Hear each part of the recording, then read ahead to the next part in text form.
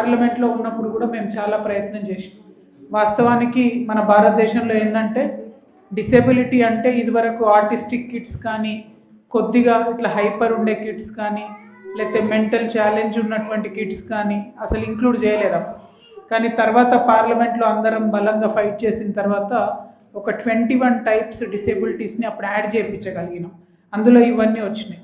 So ఆ తర్వాత మళ్ళీ డిసేబుల్డ్ పేరెంట్స్కి మన తెలంగాణ రాష్ట్రంలో కూడా ప్రతి మినిస్ట్రీలో వెంటబడి నేను పర్సనల్గా జీవో ఇప్పించుకోగలిగినాం. ఏంటంటే ఆ స్కీమ్స్లో ప్రయారిటీ ఇవ్వాలని. జీవో కాడికే ఉండిపోయింది కానీ అమలు కాలేదన్నది మాత్రం వాస్తవం, అన్ఫార్చునేట్లీ. ఎందుకంటే డబుల్ బెడ్రూమ్ ఇండ్లలో కూడా ఎక్కడో ఒక చోట ఏదో ఒక ఎమ్మెల్యే ఇంట్రెస్ట్ తీసుకున్న దగ్గర అయింది తప్పితే మిగతా చోట్ల మన వాళ్ళు ఎవరు కూడా హెల్ప్ అవ్వలేదు. సో ఇప్పుడు జరగాల్సింది నెక్స్ట్ ఏంది అంటే ప్రభుత్వం ఏ స్కీమ్ తీసుకున్నా అందులో ప్రయారిటీ మనకు రావాలన్నది ముఖ్యం. నేను NIMH సంగతి ఒక 3 ఇయర్స్ క్రితం విన్నాను. ఇట్లనే సడన్గా ఒక పేరెంట్ వచ్చి నాకు చెప్పింది, NIMHలో ఉంటున్నాం అక్క మేము, కాకపోతే మా పిల్లల పరిస్థితి ఎంత దారుణంగా ఉందంటే ఎక్కడ కిరాయికి పోయినా కూడా వాళ్ళు ఇల్లు ఖాళీ చేయమంటున్నారు. పిల్లలు అల్లరి చేయడంతో పాపం అంటే వాళ్ళకి కంట్రోల్ ఉండదు పిల్లలకు కాబట్టి అల్లరి చేయడంతో ఇల్లు ఖాళీ చేయమంటున్నారు.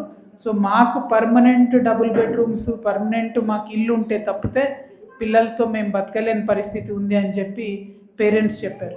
అప్పటి నుండి మేము ప్రయత్నం చేస్తూ ఉన్నాం కానీ ఎవరు డబుల్ బెడ్రూమ్స్ కూడా ఫుల్ ఫ్లెజ్డ్గా ఇవ్వలేదు.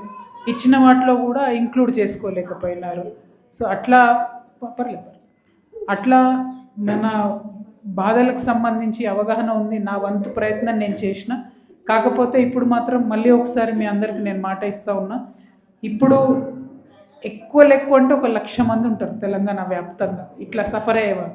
ఎక్కువ అంటే 1,00,000 మంది ఉంటారు. ఆ 1,00,000 మందిని యాడ్ చేయడం ప్రభుత్వాలకు పెద్ద పని కాదు. ఎందుకంటే ఇప్పటికే 44 లక్షల మందికి మనం పెన్షన్లు ఇస్తున్నాం. ఇంకా 1,00,000 మనము యాడ్ చేసుకోవడం అన్నది చాలా ఇంపార్టెంట్. సో మీ తరఫున నేను ప్రభుత్వానికి చాలా బలంగా మాట్లాడుతాను. ఈ మెంటలీ అండ్ ఫిజికలీ డిసేబుల్డ్ ఉన్నటువంటి కిడ్స్ వాళ్ళ పేరెంట్స్ లేకపోతే వ్యక్తులకు ఫస్ట్ ప్రయారిటీ ఇచ్చి పెన్షన్ ఇవ్వాలి. 1. 2, ఎవరైతే భర్త చనిపోయిన వాళ్ళు ఉంటారో చాలా ఇబ్బంది అవుతుంది. నేను అంతటా తిరుగుతుంటే పాపం గ్రామాలలో భర్త చనిపోయిన వాళ్ళకి ఎటువంటి ఆధారం లేకుండా ఉంది, వాళ్లకు సెకండ్ ప్రయారిటీ. 3, ఒంటరి మహిళలకు ఖచ్చితంగా ప్రయారిటీ ఇవ్వాలి. ఈ 3 కోసం మాత్రం నేను చాలా బలంగా ఫైట్ చేస్తా. అంటే ఎంత బలంగా ఫైట్ చేస్తా అంటే ఇమీడియట్గా గవర్నమెంట్కి మనం ఫస్ట్ లెటర్స్ రాద్దాం. ఒక 1 మంత్ సీరియస్గా ట్రై చేద్దాం. అప్పటి వరకు వాళ్ళు ఇవ్వలేదంటే అవసరమైతే నిరాహార దీక్ష కూడా కూర్చుంటాం. మీ తరఫున నేనే కూర్చుంటాను. మీరందరూ ఇబ్బంది పడాల్సిన అవసరం లేదు. ఎందుకంటే 1,00,000 మందికి కూడా మెంటల్లీ ఫిజికలీ డిసేబుల్డ్ ఉన్నటువంటి వాళ్లకు పెన్షన్లు ఇచ్చుకోనంత దరిద్రంగా అయితే లేదు మన స్టేట్. ఇస్తలేరు అంటే కేవలం మనసు లేదని అర్థం. వాళ్లకు మనసు వచ్చే వరకు మనం చాలా బలంగా ఫైట్ చేద్దాం. మీ తరఫున నేను నిరాహార దీక్ష చేస్తా తప్పితే మిమ్మల్ని ఇబ్బంది పెట్టను. ఎందుకంటే ఇప్పటికే మీరు చాలా ఇబ్బందులలో ఉన్నారు, చాలా ఇబ్బందులలో ఉన్నారు. కాబట్టి మీ తరఫున నేను ఫైట్ చేస్తాను. మీరు అన్నట్టు మీ సపోర్ట్ అనేటటువంటిది మీరు ఎక్కడున్నా ఉంటుంది. మా బాధ్యత మీకు ఇబ్బంది అనేటటువంటిది మా బాధ్యత. ఒక మాట తమ్ముడు సాగర్ ముంగట కూర్చున్నట్టు తను అన్నాడు, మా పిల్లల ఆసుపత్రి ఇట్లా డిసేబిలిటీ ఉన్న పిల్లల్ని జంతువుల్ని ఒకే రకంగా ట్రీట్ చేస్తున్నారని చాలా బాధపడ్డారు. పాపం చాలామంది తల్లులు కూడా అదే బాధపడ్డారు. అట్లా కాకుండా సమాజంలో ఒక గౌరవం వచ్చేటట్టు మనకు ప్రభుత్వాలు ఏదన్నా పాలసీ కూడా తీసుకురావాలని చెప్పి మనం చాలా సీరియస్గా దానికోసం కూడా కొట్లాడదాం. మన లాంటి వాళ్లకు ధైర్యం రావాలని చాలా ఆర్గనైజేషన్స్ పనిచేస్తున్నాయి.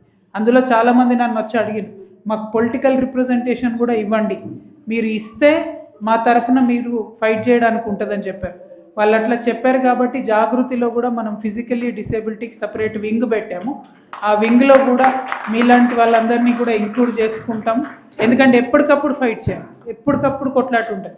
ఒక హైదరాబాద్లో వేస్తే సరిపోదు, జిల్లాలో ఉన్న వాళ్ళకు ఉంటుంది, ఇంకోటి ఉంటుంది. మీతో పాటు ఇంకోటి ఏమవుతుందంటే స్పైనల్ డిసేబిలిటీ చాలామందికి ఉంటుంది. వాళ్ళైతే పాపం బెడ్లోనే ఉండాలి, అటు ఏమి వారికి కూడా ఇంక్లూడ్ చేసుకోలేకపోతా ఉన్నాము పెన్షన్స్లో. సో ఈ 4-5 ఇష్యూస్ మీద బలంగా ఫైట్ చేద్దాం. గవర్నమెంట్కి మనం 1 month 1.5 month టైం ఇద్దాం. ఆ టైంలో వాళ్ళు చేయకపోతే కనుక మీ తరఫున నేనే కూర్చుంటా, నేనే దీక్ష చేస్తా. ఖచ్చితంగా వాళ్ళు పెన్షన్ ఇచ్చేంత వరకు మాత్రం వదిలిపెట్టే క్వశ్చనే లేదు. First priority pension, second priority ఇల్లు.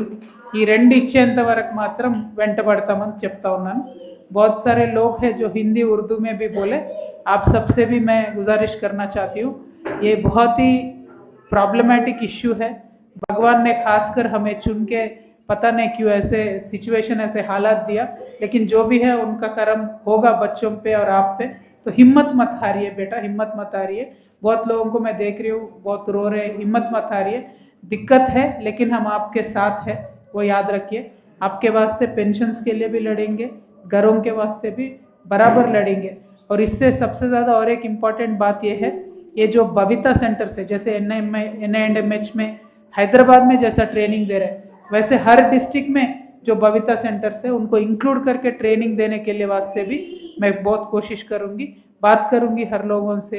अगर वो हो सकता है तो हर डिस्ट्रिक्ट में जो लोग हैं सफ़र हो रहे हैं उनके लिए बहुत मदद हो जाएगा. उसके लिए मैं ज़रूर कोशिश करूँगी. మీరు మళ్ళందరికీ ఒకటే మాట చెప్తా ఉన్నా, భగవంతుడు మనల్ని ప్రత్యేకంగా ఎన్నుకున్నాడు అనుకోండి, ఇబ్బందులు ఉన్నాయి నాకు అర్థమవుతుంది. ఇన్ని రోజులు పడ్డారు, కొంచెం ఓపిక పట్టాడు. మీ తరఫున మేము కూడా ఉండి కొట్లాడతాం.